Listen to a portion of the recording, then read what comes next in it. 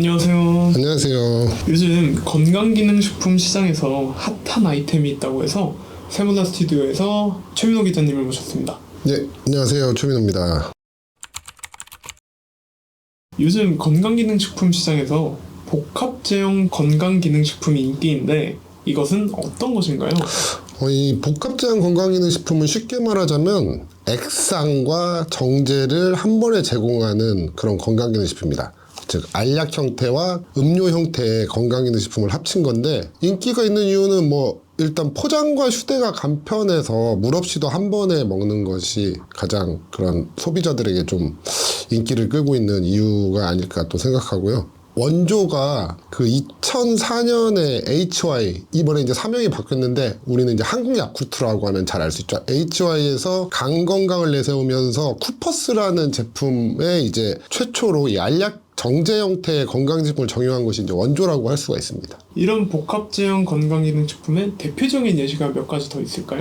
아까 말씀드렸듯이 이제 2004년에 쿠퍼스가 나오면서 이제 몇몇 제품이 나왔었는데, 최근에 이 제품이 건강기능식품의 핫한 아이템으로 뜬 가장 큰 이유는 2020년에 동아제약이 오쏘몰이라는 독일 건강기능식품을 수입을 했는데, 이제 2020년에 들여와서 첫 해에는 87억, 그 다음에 2021년에 284억, 그 다음에 2022년에 655억, 그리고 지난해는 이제 1000억 원을 돌파했거든요. 그러다 보니까 이제 약간 제약 건강기능식품 브랜드들이 복합제형 건강기능식품에 관심을 갖게 됐고, 그래서 최근에 이제 삼진제약이나 동아제약 이런 데서도 지금 제품을 출시하고 있어요. 복합제형 건강기능식품이 다른 건강기능식품하고 좀 다른 장점이 있을까요? 예. 차이점, 장점은 좀 확실하죠. 일단은 이게 포장과 휴대가 간편하기 때문에 요즘 이제 소위 말하는 MZ세대들한테 이 편의성 부분에서 굉장히 잘 와닿는 것 같아요. 그리고 최근 이제 건강기능식품 시장이 보면은 고시형이든 개별인정형이든 너무 많은 제품군이 나와 있는데, 그러다 보니까 완전 일반인에게 알려지지 않은 완전한 새로운 원료의 제품이 나오기 힘들거든요. 그래서 최근에 이제 건강기능식품 시장의 화두는 흡수율하고 생체 이용률에 대한 어떤 쪽에 더 포커스를 맞추느냐 이제 화두인데, 흡수율과 생체 이용률에서 확실하게 이 복합제형 제품이 우위를 지니고 있죠. 특히 비타민을 예로 들면 어떤 비타민군은 이 액상으로 마실 때 더 흡수율이나 생체 이용률이 더 좋고, 어떤 거는 정제 형태도 더 좋고 하는데, 그걸 이렇게 액상에서 흡수율과 생체 이용률이 높은 제품과 정제 형태로 했을 때 더 지속성을 높여주는 제품 이런 걸 합쳐가지고 만드는 거기 때문에 그런 쪽에서 또 좀 더 우위를 보이고 있고, 여기에 또 2022년도부터 건강기능식품 업계에 이 고함량 고농도 비타민 열풍이 불었는데, 그런 부분도 저는 개인적으로 한몫을 하고 있다고 생각합니다. 저희 업계라고 할 수 있죠. 방문 판매. 예. 다단계 업계에서도 복합제형 건강기능식품을 판매하고 있는지. 넓은 의미에서 보면은 저희가 이제 HY 한국 야쿠르트 같은 경우도 이제 방문 판매로 봤을 때 아까 말씀드린 원조격으로 이제 쿠퍼스가 있었고, 그다음에 최근에 이제 HY에서 1월에 복합제형 건강기능식품이라고 해서 이제 V푸드 비타플렉스 이뮨샷이라는 걸 선보였거든요. 그런 의미에서 보면은 방문 판매가 어떤 의미에서는 복합제형 건강기능식품의 원조이기도 했고, 그 다음에 관심을 가지고 있는데, 의외로 다단계 업계에서는 제가 취재를 하면서 느낀 게 크게 관심은 없는 것 같아요. 다단계 업계에서 특별히 복합제형 건강기능식품을 판매하지 않는 이유가 있을까요? 다들 검토는 해보셨겠죠. 방문 판매나 다단계 판매 같은 네트워크 마케팅이 이런 유형에 있어서는 굉장히 민감한 부분이니까, 분명히 제품 담당하시는 분들이 한 번 정도는 저는 검토를 해보셨을 생각해요.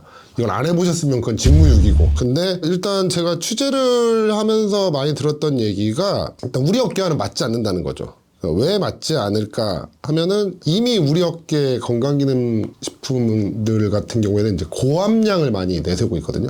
그래서 우리 업계에 많이 얘기한 메가요법 같은 걸 많이 얘기해요. 특히 비타민 같은 경우에 이제 고함량을 이미 우리는 단일 제품에서도 하고 있는데, 이거를 복합 제형으로 해가지고 했을 때 사실 그게 크게 시너지가 나지 않을 것 같다라는 말씀을 해주시는 분들도 있고, 두 번째로는 아무래도 이제 이미 시그니처 제품들, 단일 제품들이 있는데 이거를 굳이 복합 제형으로 만들었을 때 과연 매출에 어느 정도 영향을 미칠 수 있을까, 그런 부분에 대한 고민도 좀 있으신 것 같아요. 그래서 건강기능식품 라인업을 많이 갖춘 회사들 같은 경우에는 굳이 이미 잘 나가는 제품들이 있는데 이 두 제품을 합쳐서 시너지를 볼 수 있을까 하는 의문이 있을 거고, 그 다음에 복합제한 건강기능식품 제품군이 생각보다 많이 없는 좀 중소업체들 같은 경우에는 이 복합제형 건강기능식품을 만들려고 하는데 일단은 그런 역량이 부족한 거죠. 생산시설도 갖추지 않았고, 기존의 제품들을 이렇게 하는 그런 거를 OEM이나 ODM을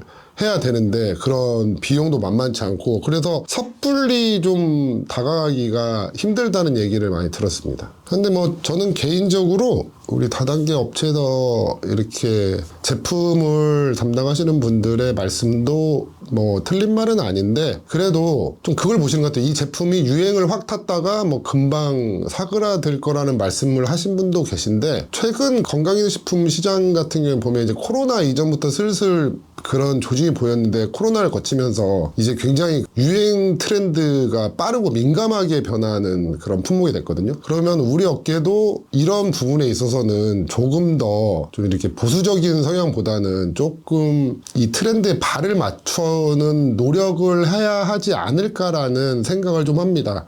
그래서 이 다단계 업체 관계자분들이 업체 이 사업자분들이 너무 이제 나이대가 많다, 좀 젊은 소비자를 끌어들여야 된다는 말씀을 많이 하시지만, 그렇게 말씀을 하시면은 사실은 건강기능식품이나 화장품이 우리 업계 대표 제품군인데, 그럼 그 젊은 사람들이 좋아할 만한 제품군의 트렌드도 우리가 좀 빨리빨리 따라가는 하거든요. 그냥 단순히 이 제품 자체가 이미 매출이 잘 나오는 시그니처 제품이니까 우리는 이걸로 충분하다라고 생각하시면, 그거는 반대로 얘기하면은 사업자층도 거기서 굳어질 수밖에 없다는 거죠. 아무래도. 예. 이건 개인적인 사견입니다.